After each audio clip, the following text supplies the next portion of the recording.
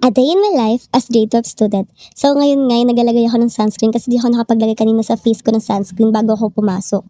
So, 3 hours vacant kasi kami niyan. So wala kaming talagang actually ginagawa niyan that time. Kasi yung teacher namin sa shop, which is teacher namin sa CSS, is may ginagawa talaga. Busy talaga siya kaya yun, nagagawa namin yung mga bagay na gusto namin that time.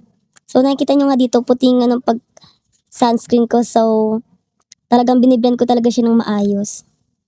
Todo blend talaga ako dyan mga sis. And then dito nga, nakita nyo nga, maglalagay nga ako ng lip tint. Kasi tingnan nyo naman, maputla talaga ako kapag wala talagang lip tint. And then yung shade na pinipili ko lagi is pink.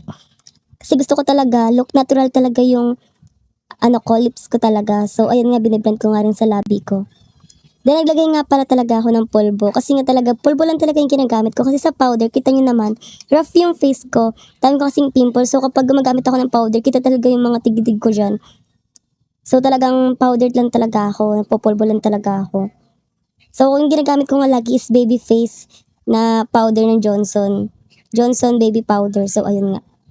Biniblend ko nga rin dyan. So dito nga pala ay maglalagay ako ng omega sa ulo ko nga. Painkiller siya pero naglagay talaga ako kasi wala lang, trip ko lang. So dito nga mga Mars, nakita nyo nga na inuunti-unti ko na nga siyang suklayin. Kasi nakita nyo naman mga Mars, grabe kagulo yung buhok ko kanina. Bruha talaga ako tingnan. So, dyan nga struggle sige, nahihirapan nga talaga ako sa pagsukulay.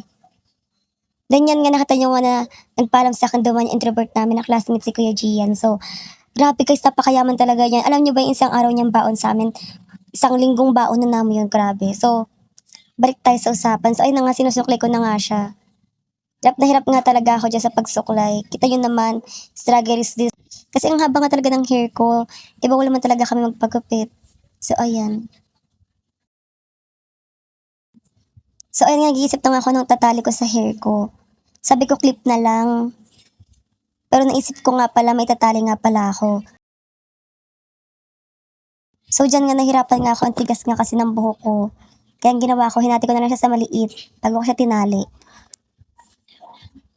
So, nagpatulong nga pala ako dyan kay Kuya Kian, isa rin sa mga introvert na classmate ko. Pero close nga pala kami niyan.